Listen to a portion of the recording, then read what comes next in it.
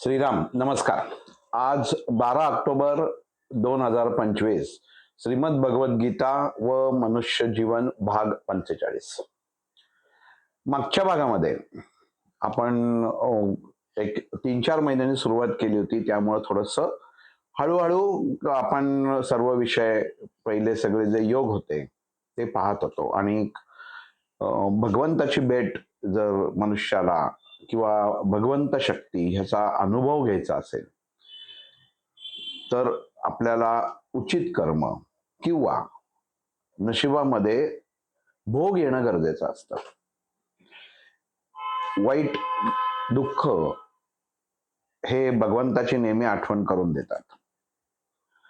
आणि महाभारतामध्ये जसं कुंतीनी भगवान श्रीकृष्णांना युद्ध झाल्यानंतर मागितलं की मला दुःखच दे सगळी, म्हणजे कायम तू माझ्या स्मरणात राहशील. ही काही अशी वाक्य जे असतात ती आपल्याला बरंच काही शिकवून जातात की दुःखामध्ये भगवंत हा एकच आणि एकमेव प्रत्येकाला सहारा आहे असं आपण म्हणू. आत्म संन्यास योग पहिला होता, कर्म संन्यास योग. कर्मातनं संन्यास आणि त्याच्या आधी होतं कर्मयोग. म्हणजे मनुष्याला कर्म करणं हे प्राप्त होतं. योग म्हणजे जुळून येणं. मग तिथं भगवंतानी त्या अध्यायात सांगितलेलं होतं की अर्जुन तुला कर्म करणं हे प्राप्त आहे आणि हे कर्म करताना फळाची अपेक्षा न ठेवणं हे सर्वोत्तम लक्षण मानलं गेलेलं आहे. कारण आपण कर्म करतो पण आपल्याला त्याचं जे काही फळ मिळेल हे प्रत्येक मनुष्याला माहीत नसतं. ते परमेश्वर किंवा ती नियती ठरवते. मग हा भगवद्गीतेचे अध्याय लिहिताना कर्मयोग झाला, मग कर्मामध्ये संन्यास झाला आणि मग कर्मात संन्यास म्हणजे आपण कर्म करायचं नाही म्हणजे त्याला थोडक्यात संन्यास म्हटल्यासारखं आहे. कर्म संन्यास योग सोडून देणं, मग कर्मच करायचं नाही. जसं अर्जुनाने सांख्य योगात सांगितलं होतं की मी भिक्षा मागून जगेन, वनात जाईन, बाकी काही कामं करेन, पण मला हे युद्ध नको. ह्याला भगवंतानी त्याच्यामध्ये संन्यास म्हटलेलं नाही तर एक पळवाट असं म्हटलेलं आहे. आणि इथं म्हणजे एखादी व्यक्ती तिच्या खांद्यावर जी जबाबदारी असते, सध्याच्या काळात आपण म्हटलं की आपल्या घरातली एखादी होतकरू व्यक्ती किंवा घरातला मुख्य पुरुष हा जर घरात बसून राहिला, म्हणजे आपण म्हणतो की उत्पन्नाचं साधन हे पाहिजेच. कारण उत्पन्नाचं साधन एवढ्यासाठी पाहिजे की पोटाची खळगी भरण्यासाठी काहीतरी सोय हवी.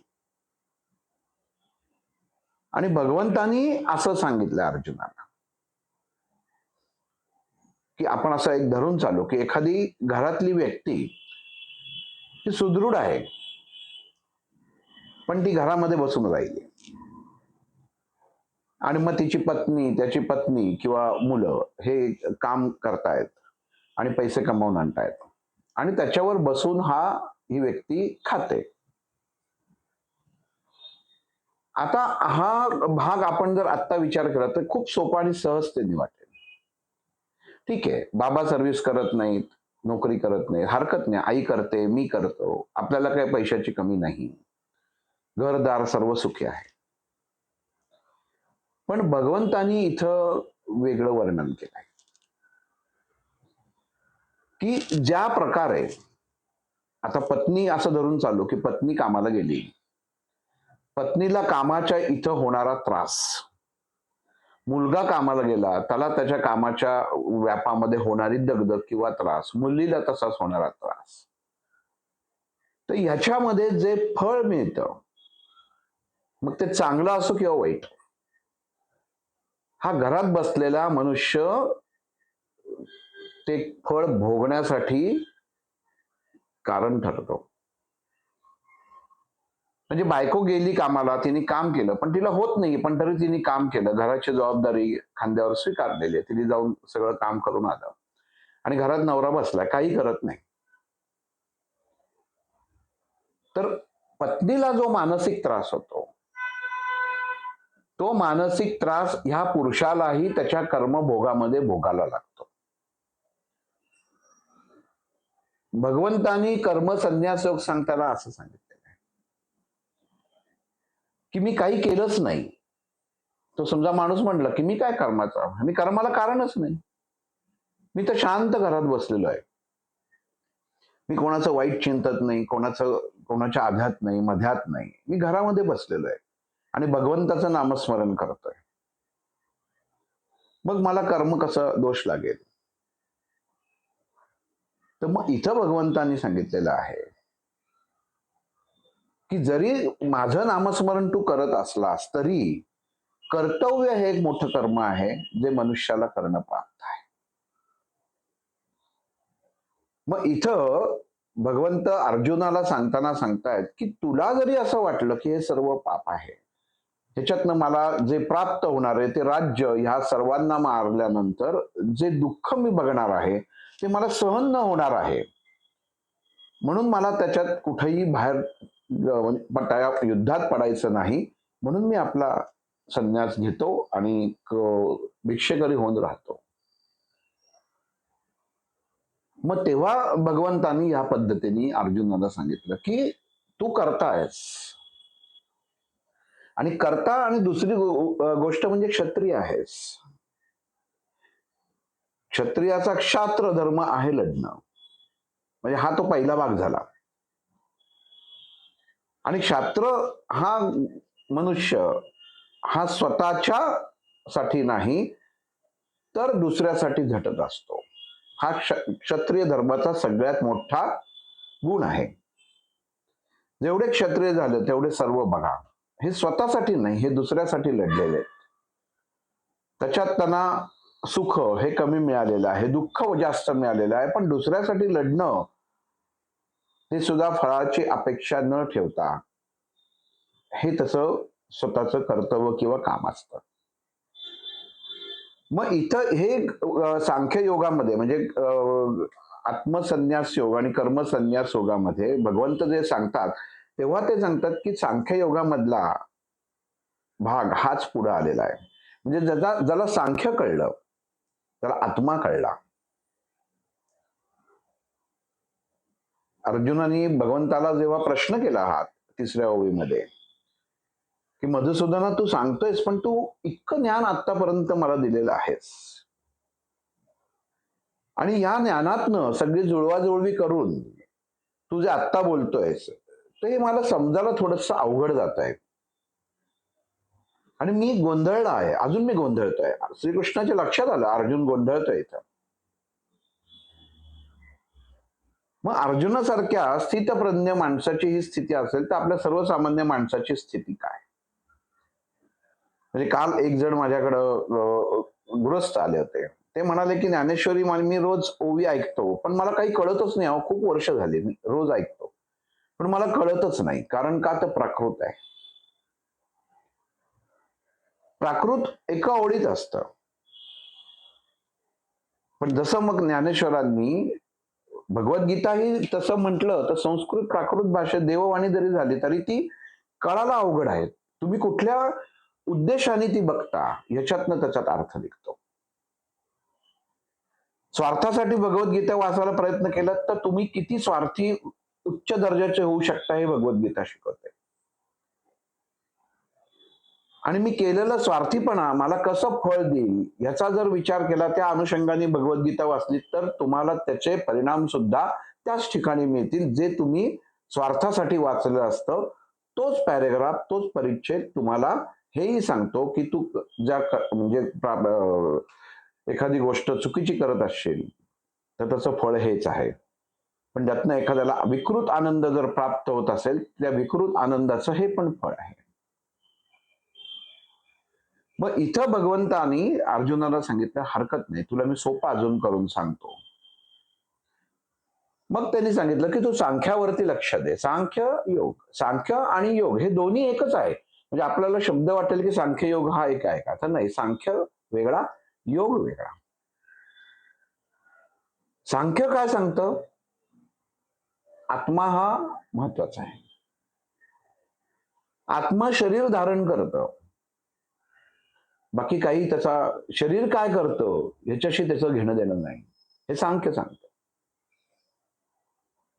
मेंदू काय विचार करतो याचा सांख्याशी घेणं देणं नाही. पण सांख्य एवढंच नक्की सांगतं की मी अजय आहे, मी कधी मरणारा नाहीये. शरीर मरेल, देह बदलेल, पण मी परत येईल. आणि भगवंतानी हे अर्जुनाला सांगितलं. मनुष्याला ह्या मनुष्य जीवन जगताना सर्वात मोठी भीती असते ती मरणाची.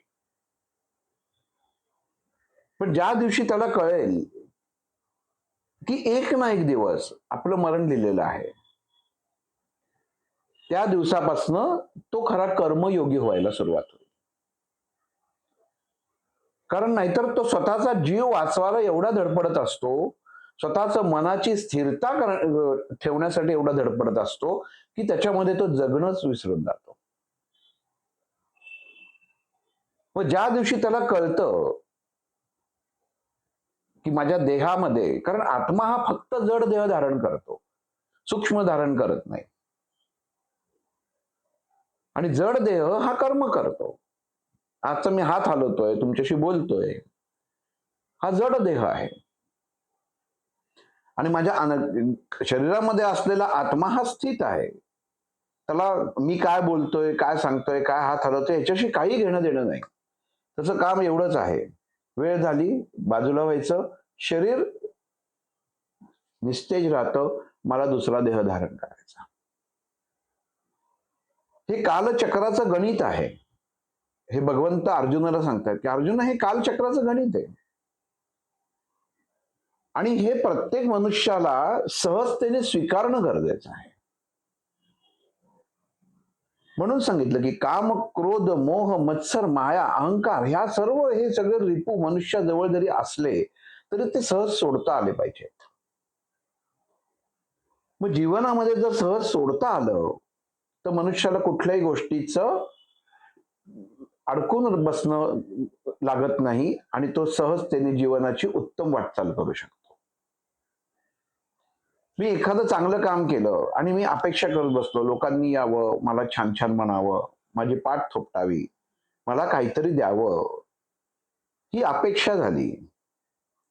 आणि ह्या अपेक्षेमुळे म्हणजे जीवनामध्ये मनुष्य जगताना अर्जुना मनुष्य हा स्वतःच्या विचारांनी स्वतःच्या आयुष्यात दुःख उत्पन्न करून घेतो. विचार हे दुःखाचं मूळ कारण आहे. मला अमुक गोष्ट मिळाली, बायका दुकानात साड्या खरेदीला जातात, साडी खरेदी करतात, अगदी 1,00,000ची साडी घेतात.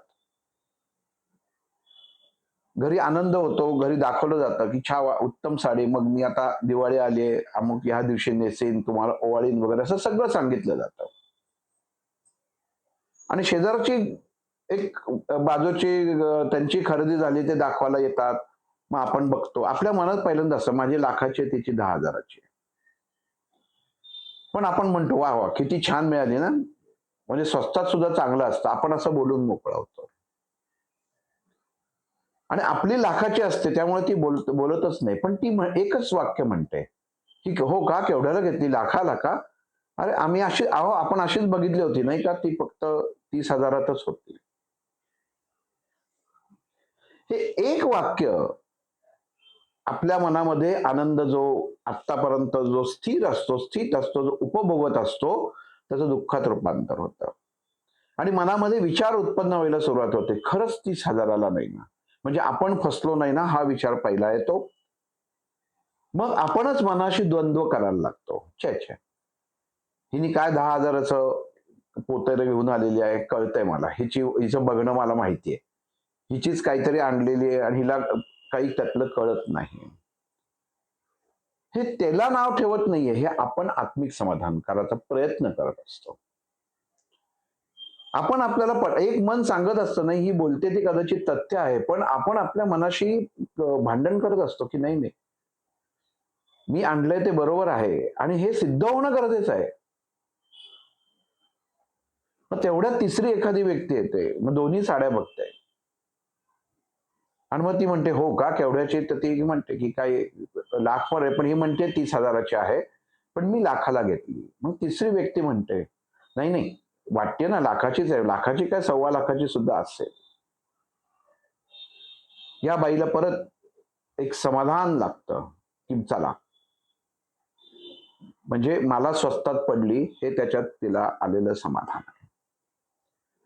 मग भगवंत अर्जुनाला या पद्धतीने सांगतायत की अर्जुना, मनुष्य अशा छोट्या छोट्या गोष्टींमध्ये जर तू तुझ्या मनालाच जर प्रश्न विचारत राहिलास, तर तुझं मन हे तुझ्याशी द्वंद्व खेळेल आणि या द्वंद्वामध्ये तुला दुःखाशिवाय काही प्राप्त होणार नाही.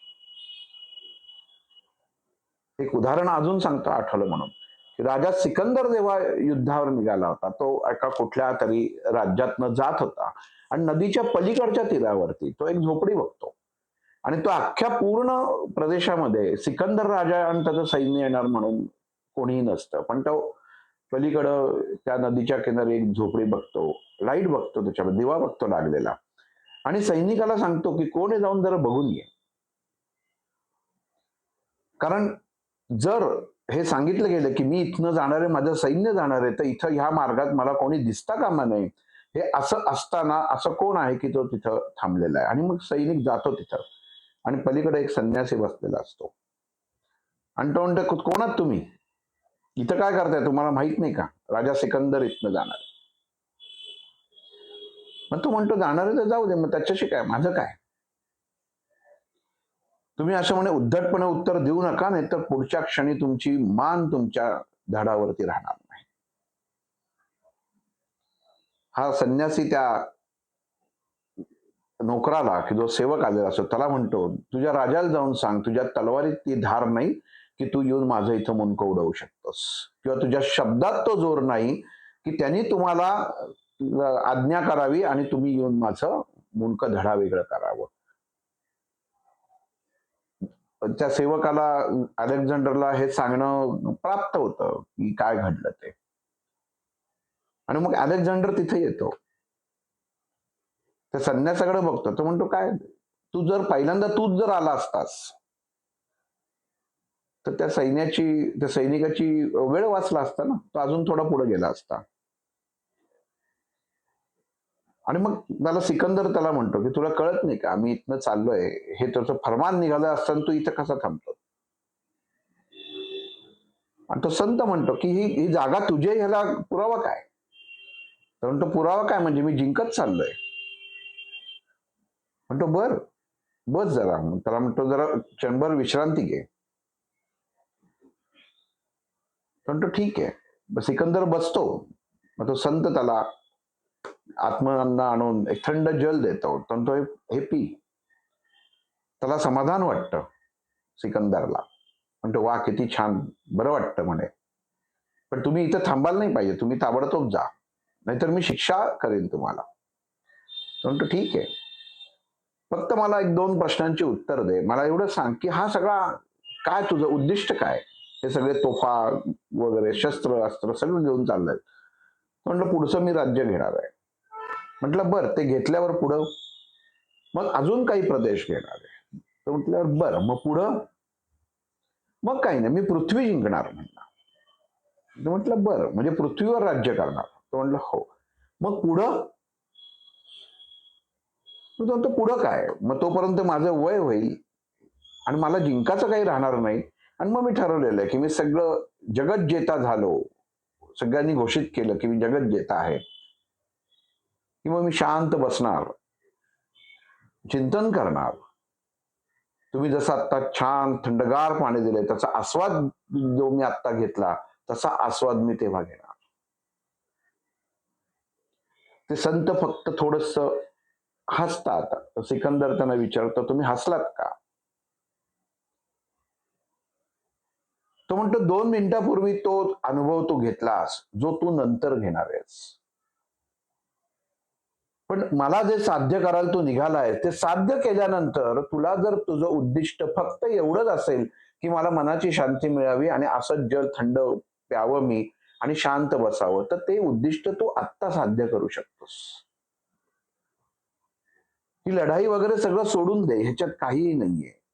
तू कितीही कमवलंस तरी तुझ्या बरोबर काही येणार नाही. मग नंतर ते आपण ते गाण्यामध्ये आपण ऐकलेलं आहे किंवा सिकंदर राजाने त्याच्या सेवकांना सांगितलं की माझी तिरडी नेताना माझे दोन्ही हात तिरडीच्या खाली ठेवा. समाजाला कळलं पाहिजे मी एवढा जगत जेता सिकंदर जाताना काहीही बरोबर घेऊन गेला नाही.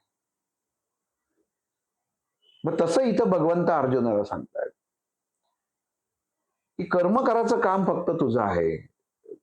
संन्यास तू जर म्हणत असशील की मी हे टाळून जर मी माझं कर्म उत्तम कर्म होत असेल तर तसं होणार नाहीये. कारण जी घटना घडणार आहे, तुझे भाऊ जरी लढले तरी भाऊ लढल्यानंतर ज्या कर्माचं फळ त्यांना मिळणार आहे त्याच्यातलं काही फळ हे तुलाही भोगायला लागणार आहे. ते शुभ पण असेल आणि अशुभ पण असेल.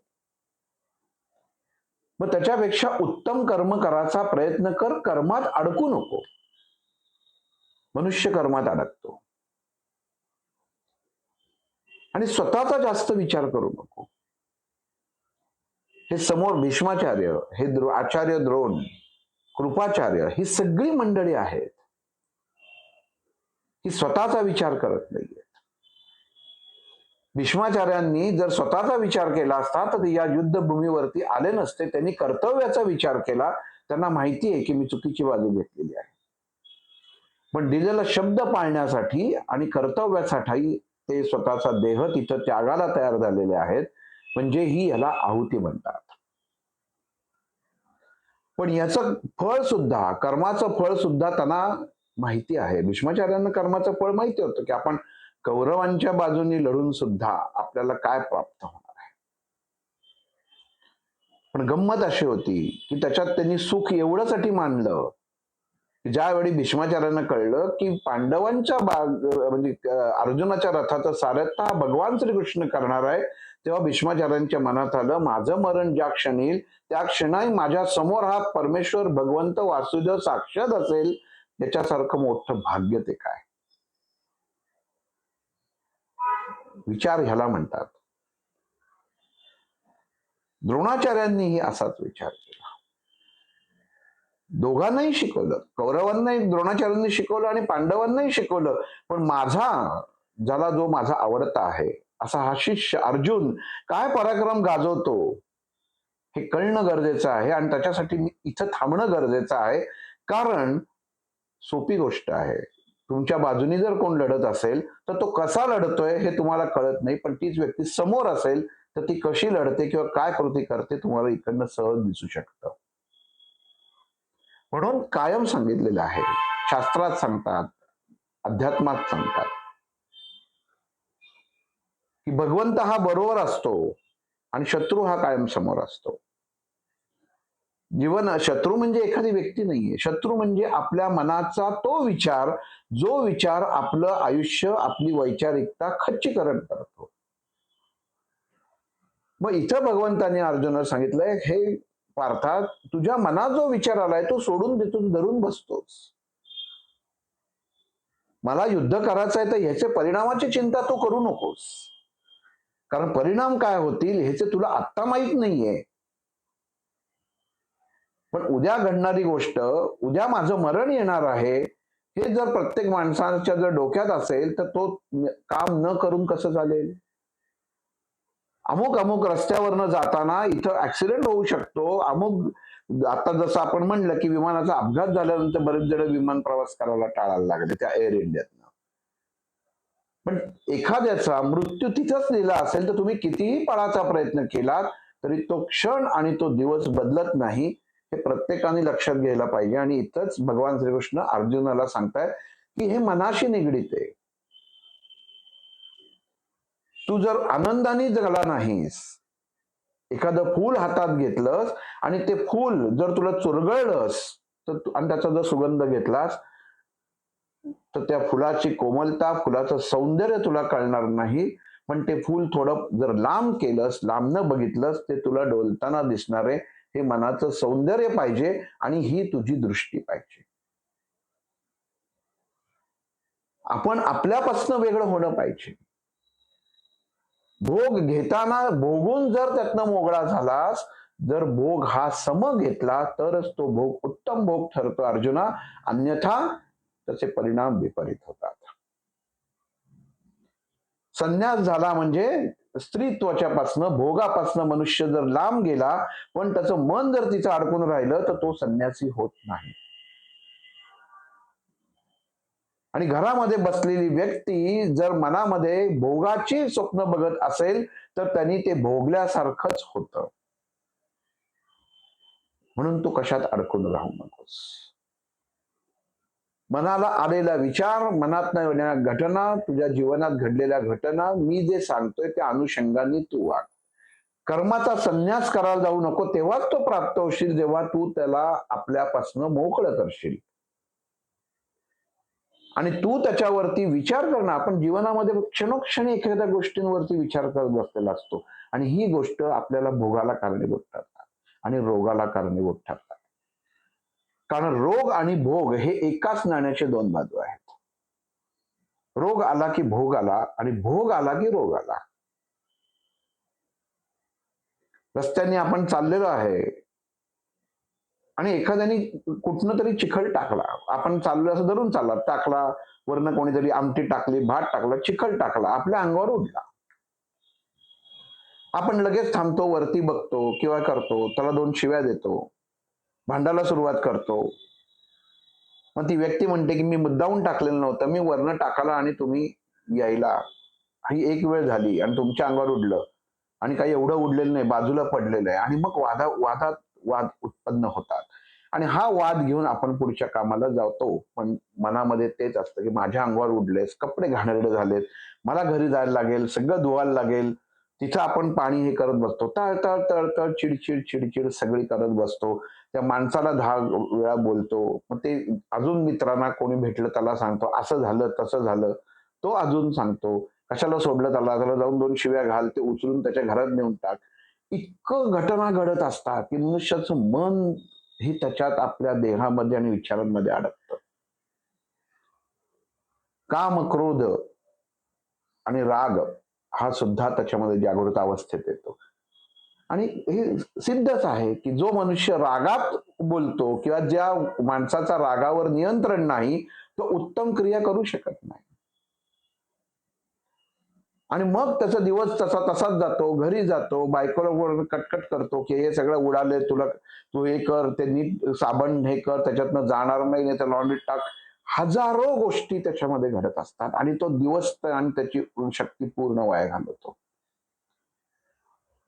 पण इथं ह्याच्या प्रत्येक कृतीमध्ये वरनं हे पडलं, त्यांनी बोलला, त्याला विपरीत बोलला, त्याला अपशब्द बोलला, शिव्या दिल्या. ह्या माणसाचा कारण नसताना यांनी अपशब्द बोलल्यामुळे भोग उत्पन्न झाला. कर्मभोग उत्पन्न झाला, कारण अपशब्द उच्चार केला. काही धरून मारलं, मारल्याचा भोग उत्पन्न झाला. मित्रांना सांगितलं, मित्रांनी अजून हे केलं, सुचवलं काय ते, अजून अपशब्द बोलला, त्याचा भोग उत्पन्न झाला. घरी गेला, बायको बरोबर कटकट केली, बायको अजून काही बोलली, तर बायकोशी भांडणाचा भोग उत्पन्न झाला.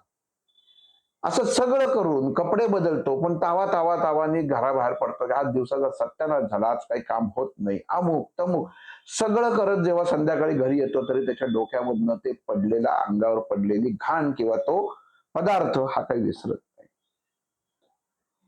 मग भगवंत इथं सांगतात, जर असा घटना घडली, अंगावर पडलं, ठीक आहे, अंगावर पडलं, घरी गेला, कपडे धुवायला टाकले, स्नान केलं, सरळ मार्गे निघून गेला. चिडचिड करूनही प्राप्त काही केलं नाही, भोग उत्पन्न केले, पण स्वीकारलं आणि मोकळं केलं आणि सोडून दिलं आणि मार्गस्थ झाला, तर कर्मभोगात अडकला नाही. ह्याला कर्म संन्यास योग म्हणतात. आपोआप घडणारी घटना. मनुष्याला हे दिलेलं आहे. एक अजून उदाहरण सांगतो. एक हुशार व्यक्ती आणि एक मूर्ख व्यक्ती दोघं भांडत असतात. समोर गाढव असतं, गाढव ओरडत असतं आणि तो हुशार व्यक्ती म्हणतो, काय गाढव हे कर, इतकं ओरडतंय ना, तर तिकडे घेऊन जा. आणि तो वेडा व्यक्ती म्हणतो, वेडा आहेस का तू? हा सिंह आहे. हा शहाणा माणूस म्हणतो तू काय मूर्ख आहे, दिसतंय हे किंकाळतंय ते गाढव आहे, हा सिंह नाहीये. पण तो वेडा म्हणतो हा सिंहच आहे. झालं, दोघांचंही याच्यावरनं चालू होतं. इतकं चालू होतं की हा एकाच शब्दावरनं, शहाणा म्हणतो ते गाढव आहे, वेडा म्हणतो तो सिंह आहे. राजाकडे जातो. राजाला सांगितलं जातं काय भांडण काय. तो म्हणतो काही नाही, हे गाढव आहे, हा माणूस म्हणतोय, हा वेडा माणूस म्हणतोय की तो गाढव आहे, आणि हा हुशार माणूस म्हणतो तो गाढव आहे, आणि हा वेडा सिंह आहे म्हणतो. राजा बघतो आणि त्याला म्हणतो की खरंच आहे, हा गाढवच आहे. शहाणा माणूस लगेच अहंभाव उत्पन्न होतो. चला, मी म्हंटल होतं ना, मी अतिशहाणा आहे, मीच हुशार आहे आणि तो मूर्ख आहे. हे जर पहिल्यांदा केलं असतं तर राजापर्यंत आलोच नसतो. राजा म्हणतो एक काम करा, या मूर्खाला सोडून द्या आणि हा जो हुशार आहे ह्याला तुरुंगात टाका. त्या हुशार माणसाला कळत नाही की अरे काय भानगड काय, म्हणजे मी हुशार आहे, एवढा एज्युकेटेड आहे, गाढव आहे सिद्ध केलेलं आहे, राजाने त्याला अनुमोदन केलेलं आहे, आणि हा वेडा त्याला सिंह म्हणत असून याला राजांनी पैसे देऊन सोडलं आणि मला तुरुंगवास दिला. असं का? महाराजांना विचारतो असं का केलं तुम्ही, हा कुठला न्याय आहे? राजा म्हणतो तू हुशार आहेस याच्याबद्दल काही म्हणजे शंकाच नाही, पण आपण कोणाबरोबर वाद घालतोय हे तुला कळलं नाही. मूर्ख जे त्याला सिंह म्हणत असतात, जर तू म्हणला असतात की ठीक आहे तूच आहे, तर तिचाच वाद मिटला असता. पण ह्याच्यामध्ये तू किती मूर्ख आहेस हे सिद्ध झालं, कारण तू मूर्खाबद्दल बरोबर वाद घालत बसलास, आणि तुला खात्री नव्हती का, तुला माहिती होतं ना की ते गाढवच आहे, तर तू तिथं निघून जायचंस. तू कशाला त्याशी वाद घालत बसलास? म्हणजे सोडता आलं पाहिजे. म्हणजे आपण आपली हुशारी असेल, आपल्याला ज्या गोष्टी माहिती असतील त्या सिद्ध करायला माणसाने जाऊ नये. आणि मग इथं अर्जुनाला भगवंत तेच सांगते, तू कशाला जातोय सांगायला? तुझं मनाने मानसिकतेने ढासळणं, याचा अर्थ असा होतो की तू ढासळलेला नाहीयेस, तू घाबरलेला आहेस, हे समोरच्याला कळेल. आणि मनुष्य जेव्हा घाबरलेल्या अवस्थेत असतो तेव्हा समोरची गोष्ट, समोरचा मनुष्य, समोरची वेळ ही घात केल्याशिवाय राहत नाही. कारण आजही या जगतात बघा, आत्ता तर कितीतरी बघा की कितीतरी लोक ही मेंदूवरती ट्रीटमेंट घेतात, म्हणजे अँझायटीवर ट्रीटमेंट घेतात, अस्वस्थपणा. त्याचं कारण असं की ती गोष्ट धरून ठेवतात मनामध्ये. एखादी गोष्ट प्राप्त नाही झाली तर ती सोडून देणं पाहिजे आणि त्याच्यात अडकून नाही राहिला पाहिजे. किती उत्तम आयफोन जरी घेतला तरी पुढच्या वर्षी नवीन मॉडेल येणार आहे हे आपल्याला माहिती असतं, तरी आपण त्याच्यात अडकून बसतो. हा मनुष्य स्वभाव झाला. पण हा स्वभाव बदलाला भगवंतांनी या कर्म संन्यास, आत्मकर्म संन्यास योगात दोन्हीच्या सांगितलेलं आहे. आत्म्याने जर स्वीकारलंच नाही, मग आत्म्याला माहिती आहे जर हे सगळ्या गोष्टी नष्ट होणार आहेत आणि माझंच अस्तित्व राहणार आहे, हे जर सिद्ध आहे, हे सिद्ध असताना आपण आपल्या देहाला छळ का करावा? जर माहिती आहे की अग्नीमध्ये हात घातला तर भाजणार आहे, तर अग्नीजवळ हात का न्यावा? काय होऊन राहणं पाहिजे? आपल्या मनाची मानसिक अवस्था उत्तम असणं हे खूप गरजेचं आहे, आणि सोडणं हे खूप गरजेचं आहे. आणि याच्यासाठी मनुष्याने सूक्ष्मात जाणं गरजेचं आहे. कारण मनुष्याला स्वतःतला सूक्ष्म कळला नाही तर मनुष्य स्वतःला ओळखूच शकत नाही. आपण म्हणतो ना का तू कोण आहेस रे, तुला आपण म्हणतो तुला माहित नाही मी कोण आहे. कारण ज्याला विचारतो आपण की तू कोण आहेस, त्याला स्वतःला मनामध्ये भीती असते की मी जर सांगितलं की मी इथला दादा आहे आणि हा माझ्यापेक्षा जास्त निघेल तर हा मला मारेल, किंवा कदाचित मी सांगेन ह्याच्यापेक्षा वरची ओळख ह्याला असाची शक्यता आहे. मी सांगितलं तर तो म्हणेल हो का, मी तर तुला मोठा समजत होतो, तू तर एवढंसच आहे. मनुष्य ओळख सांगू शकत नाही. आपल्याला सगळे ओळखतात. म्हणजे एकाच आदरार्थी वाक्य कसं मनुष्य स्वतःच करून दिलं. अधोगती आजच्या युगामध्ये कशी चालू आहे हे या कर्मसन्यास योगामध्ये मनुष्य काही करत नाही. आणि हे सगळ्यात मोठं पाप आहे. घरातली करती स्त्री, घरातल्या स्त्रीनी घरातलं काम हे करणं प्राप्त आहे. तर ती एक मी घरातलं काम का करावं म्हणून नसतं, तर ती घरातली लक्ष्मी असते म्हणून करावं. ज्या घरामध्ये आजार जास्त असतात त्या घरामध्ये जर विचार केला किंवा तुम्ही जरा थोडंसं आता त्याच्यावरती ऑब्झर्वेशन केलं तर असं लक्षात येईल की त्या घरामध्ये स्वयंपाक करायला किंवा काही करायला बाहेरची स्त्री येते किंवा बाहेरचा पुरुष येतो. आणि हे जेव्हा येतं तेव्हा त्या बाईची जी येत कृष्णाने सांगितलंच आहे की तू दुसरा जो तुझ्यासाठी काही करणार ना त्यातला चांगल्या आणि वाईट कर्माचा भोग हा तुला भोगाचाच आहे, हे तू विसरूच नकोस. ती काळ्या दगडावरची रेघ आहे. मग आता आम्हाला तेव्हा डॉक्टरांनी हे आता कळलं की कोणाकडे खाऊ नकोस, कोणाचं काही घेऊ नकोस. त्याचं कारण काय तर हेच आहे, कारण त्यांनी कसं तयार केलं किंवा त्यांनी काय करून हे केलेलं आहे ना हे आत्ता कळलं की तेव्हा का नाही सांगितलं ते. कारण त्या भोगाचा आपण भाग बनतो. की अमुक अमुक यांनी ह्या पद्धतीने करून आणलेलं आहे. चोऱ्या माऱ्या करून आणलेलं जर अन्न असेल आणि जर तुम्ही ते स्वीकारलं तर त्या चोरीमधला जर ₹1 त्याचा असेल ना तर त्यातल्या 25 पैशाचा भोग हा तुम्हाला भोगायला लागतो. कारण ते चोरीचं साहित्य असतं. तुम्ही म्हणाल मला माहीतच नव्हतं यांनी चोरी केली, पण तो गुण असतो. त्याला अन्नाचा गुण म्हणतात. कसं आणलंय हे सुद्धा कळतं. मग जसा अन्नाचा गुण आहे, जसं चोरी केलं तसं इथं भगवंतांनी अर्जुनाला सांगितलं भिक्षा मागणं सोपं नाहीये. भिक्षा कशासाठी मागतोय हे कळणं वेगळं आहे. अध्यात्माच्या नावाखाली तू भिक्षा मागितलीस आणि तू कर्तव्याने जर योग्य असशील, देहाने जर योग्य असशील आणि तू भिक्षा मागत असशील तर त्या भिक्षा मागण्याचा तुला अधिकार नाही. त्या भिक्षामधनं तुला भोग उत्पन्न होणार आहेत.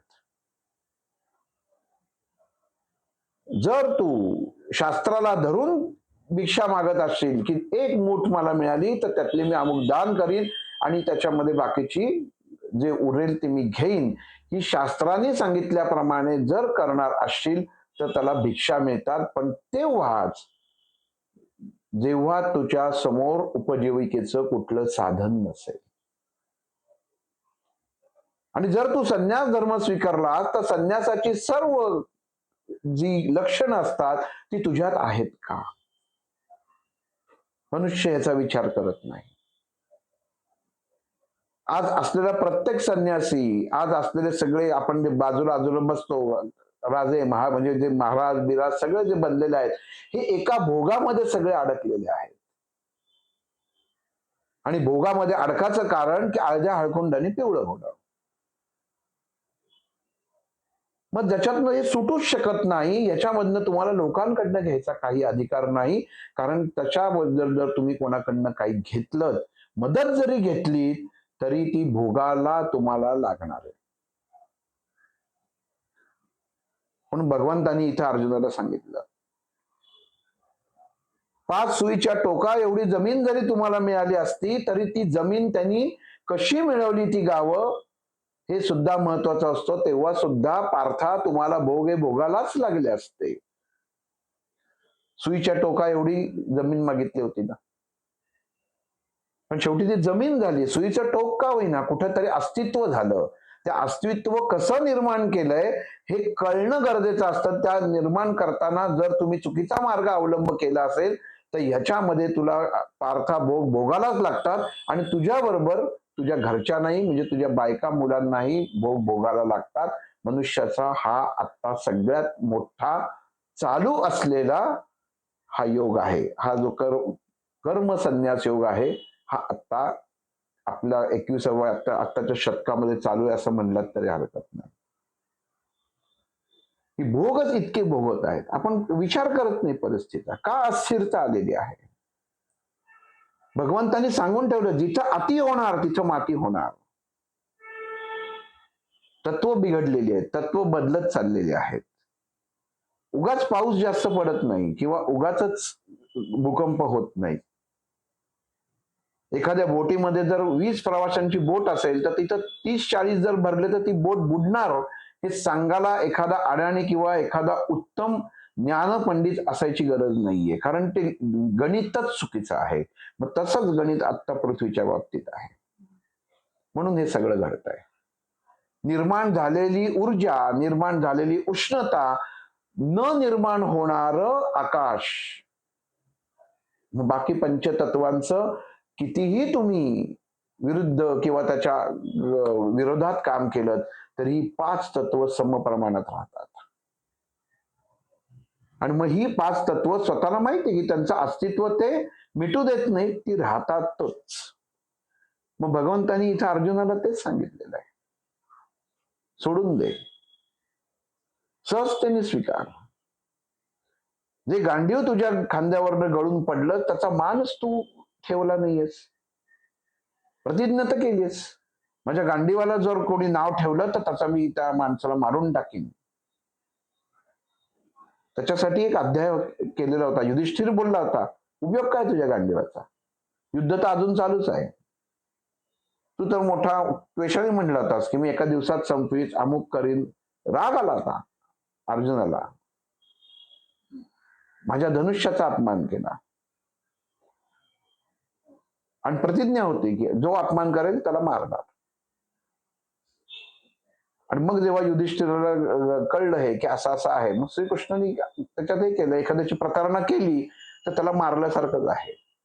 हा युक्तिवाद भगवंतानी काढला, तो अर्जुनाने मानला.